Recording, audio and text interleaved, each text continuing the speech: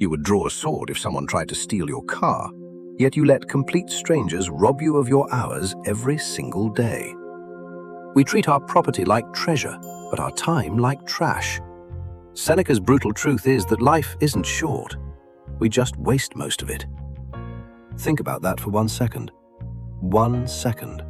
Because that's the currency we're talking about, and you just spent one without noticing. You lock your doors at night. You have passwords on your phone. You'd fight a stranger who tried to walk off with your bag on the street. But this morning, someone put a meeting on your calendar, and you said nothing. Someone sent you a notification, and you handed over 4 minutes without a fight. Someone asked, "Got a sec?" And you said yes before you even knew what it would cost you. We are the most heavily defended, security-obsessed species on the planet when it comes to stuff, and completely, catastrophically undefended when it comes to time. Seneca saw this 2,000 years ago. Nothing has changed except the weapons used against us. Back then it was banquets, politics, other men's ambitions dragging you into their business. Today it's a black rectangle in your pocket that buzzes 40 times before lunch. Same theft, same victim, just a better disguise. So here's the question this video is going to force you to answer, whether you like it or not. If someone tried to take your money, your house, your car, you'd call it a crime. So why, when they take your hours, your days, your one and only life, do you call it just how things are? Stick with me. By the end of this, you won't be able to look at your calendar the same way again. The illusion of a short life. Let's start with the complaint you've made 100 times, maybe this week alone. There's not enough time. Life goes by so fast. Where did the year go? It sounds like wisdom. It sounds like the tired sigh of someone who's lived enough to know better. It is, according to Seneca, one of the great lies we tell ourselves, because it lets us off the hook. Here's his opening line, and I want you to actually sit with it instead of nodding along like you've heard it before. It is not that we have a short time to live, but that we waste a lot of it. Read that again. Not we have a short time, we waste a lot of it. That's not a statement about the length of life. That's an accusation. Seneca is not comforting you, he is putting you on trial. Because think about what it means to blame nature for something you did to yourself. If a man spends his fortune on things that vanish by morning, bad bets, worthless trinkets, people who take and never give back, and then complains he's poor, do we pity him? Or do we say, you did this, nature gave you enough, you spent it badly? That's the exact accusation Seneca levels at almost every person who has ever lived, including, and I want to be direct with you here, including you and me. Life is not short. Life, given in full, is actually long enough for enormous things. Long enough to master a craft. Long enough to raise a family, build wisdom, understand yourself, contribute something that outlives you. The problem was never the allotment. The problem is the leak. So where does it leak? Let's get specific, because vague self-help doesn't change anyone's Tuesday. It leaks into scrolling that you don't even enjoy anymore. You just do it because stopping feels harder than continuing. It leaks into meetings that exist because a previous meeting couldn't decide anything. It leaks into grudges you're still carrying from a conversation 5 years ago that the other person doesn't even remember. It leaks into, I'll start Monday.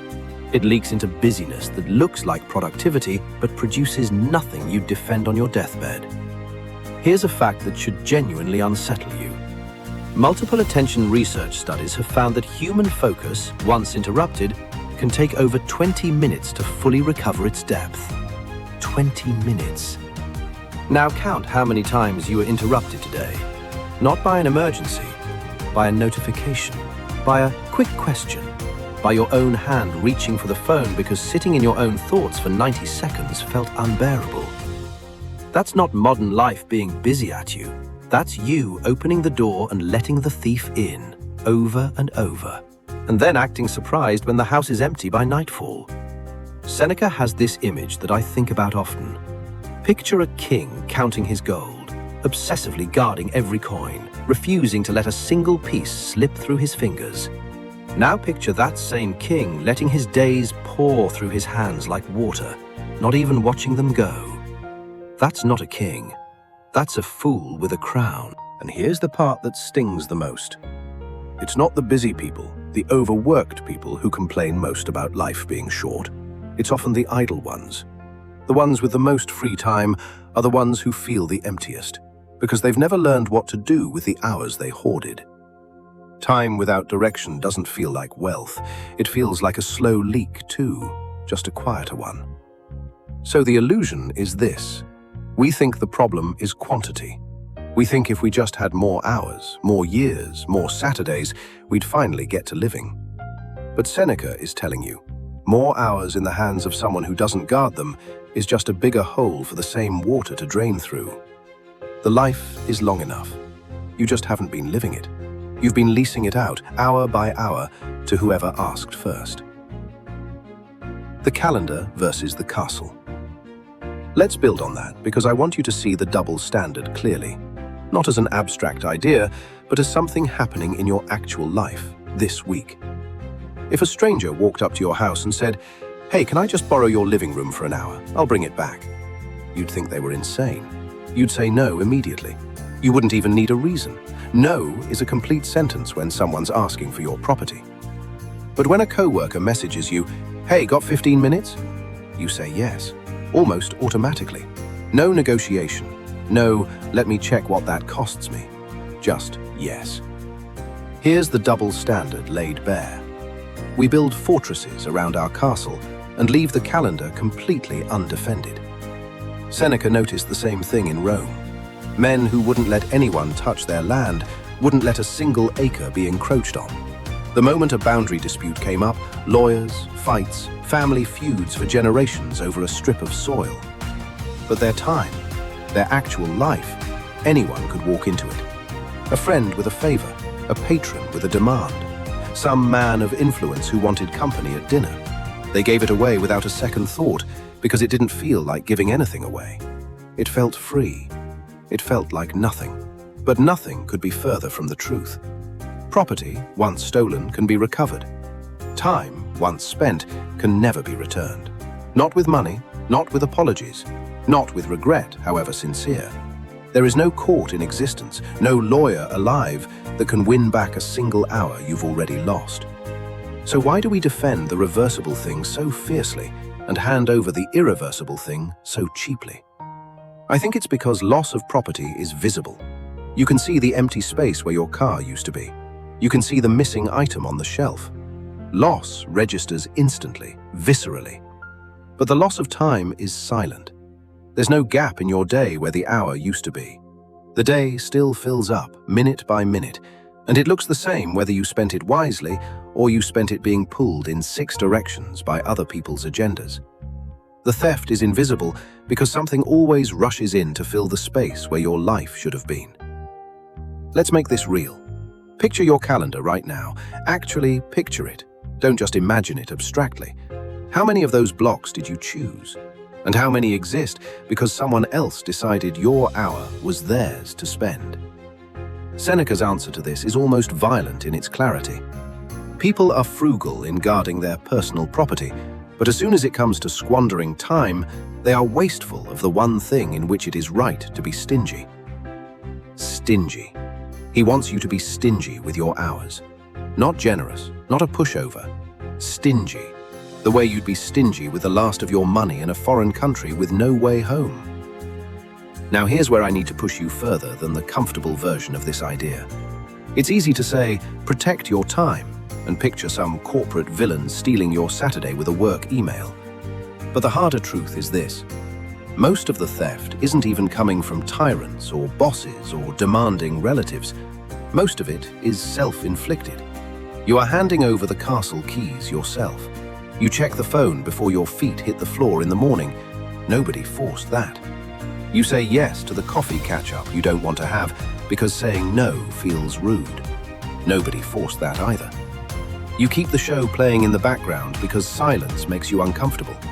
You let a stranger's opinion on the internet occupy your mind for the rest of the afternoon, Unpaid rent, free of charge, no eviction notice ever served. Seneca has a phrase for people who live like this. Not living, but preparing to live. Always about to start, always waiting for next month, next year, retirement, when things calm down. Meanwhile, the days that were supposed to be the runway have quietly become the entire flight. Here's a hard fact to sit with. The average person checks their phone somewhere around 100 times a day. Not because 100 things demanded urgent attention, because the hand moved before the mind objected. If each check costs even 30 seconds of attention, plus the refocus tax we mentioned earlier, that's not a rounding error. That's hours. Actual, real, non-renewable hours gone. And you couldn't tell me tomorrow what a single one of them contained. So compare the two images one more time. The castle, walls, locks, alarms, lawyers on retainer. The calendar, open gates, no guard. Anyone who asks gets in. Which one actually holds your life? Architect of destruction. Now, I have to take something away from you, and I want to do it gently but honestly. It's comforting to be a victim. It's comforting to say, the world is too fast. My job demands too much. Everyone wants a piece of me.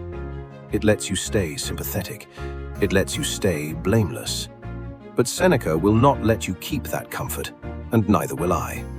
You are not merely a victim of a busy world.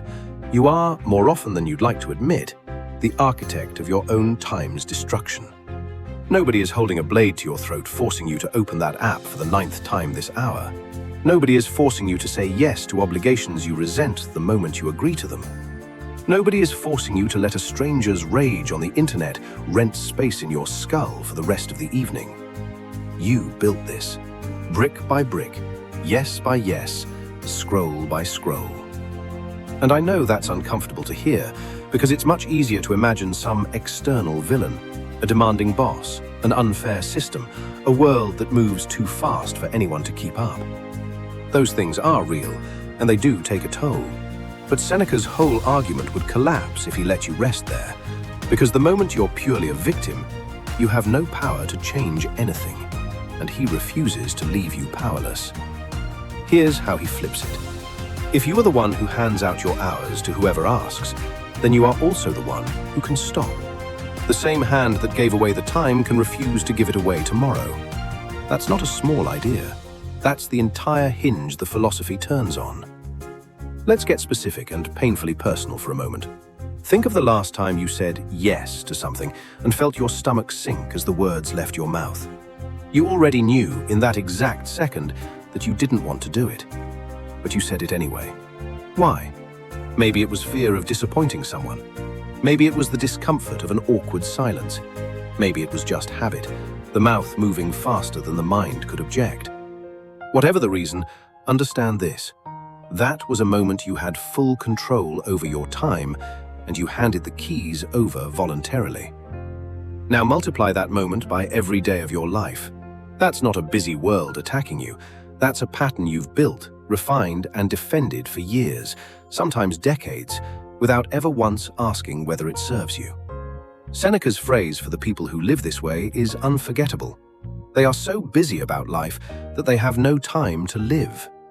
Read that twice. Busy about life, not busy living it. There's a canyon of difference between those two things, and almost everyone spends their whole existence on the wrong side of it. Here's the introspective question I want you to actually answer, not just hear and move past. If you knew, with total certainty, that you had exactly 1 year left, would today's calendar survive? Would you still take that call? Would you still scroll for 40 minutes before bed? Would you still let that grudge occupy rent-free space in your mind? If the answer is no, and for almost everyone the answer is no, then ask yourself the follow-up question Seneca is really asking. What exactly are you waiting for? What future date makes this hour suddenly worth defending if it isn't worth defending today? You don't get a warning shot before the last year arrives. Nobody gets a calendar notification that says, "Final 12 months, spend wisely." The architecture of your destruction isn't a single dramatic collapse. It's 1,000 small permissions, granted quietly, that you never noticed adding up, until one day they have. But here's the flip side, and I want to end this section on the version of this truth that actually gives you power instead of just guilt. If you are the architect of the destruction, you are also the architect of the defense. Every no you didn't say yesterday, you can say tomorrow. Every hour you handed away for free, you can start pricing differently, starting this afternoon. Nobody is coming to fix your calendar for you. Nobody is coming to guard your hours like they're gold, because in their eyes, they aren't gold. They're free real estate, and you've been advertising vacancy for years. That changes today, or it doesn't. That's entirely, uncomfortably, entirely up to you. Let's bring this together, because a philosophy that doesn't change your next 24 hours isn't philosophy, it's entertainment. Seneca wasn't writing this as a comforting bedtime read. He was writing it as a wake-up call to a friend who was living exactly like you might be living right now. Busy, occupied, respected, exhausted, and quietly running out of a life he hadn't actually gotten around to living yet. The core truth, stripped of all the decoration, is brutally simple. Life is long enough if you stop leasing it out to strangers. Not long enough for everything, but long enough for what matters, if what matters actually gets first claim on your hours instead of last. So here's the reckoning. Tonight, before you fall asleep, I want you to actually look, not glance, look at how today's hours were spent. Not judged, just observed, honestly, the way you'd review a bank statement you'd been avoiding. How many of those hours were yours, chosen, defended, spent on purpose? And how many were handed to someone else, a notification, an obligation, a habit you never examined, without you even noticing the transaction happening? You already know the ratio isn't going to look good. Almost nobody's does the first time they actually check. That's not a reason to despair. That's the entire reason Seneca wrote this 2,000 years ago, instead of just letting it happen in silence, generation after generation, forever. The good news, the only good news in any of this, is that today isn't finished yet. Tomorrow hasn't started yet either, which means the next hour, the very next one, is still unclaimed. Nobody has taken it from you yet. The question is whether you're going to guard it like the treasure it actually is, or hand it over like trash, the way you have every other day up to this one. If this truth shook you, don't just close this video and go back to wasting the day. Carry this perspective with you. Join the mindsets of the few who guard their seconds, and let's build something that lasts.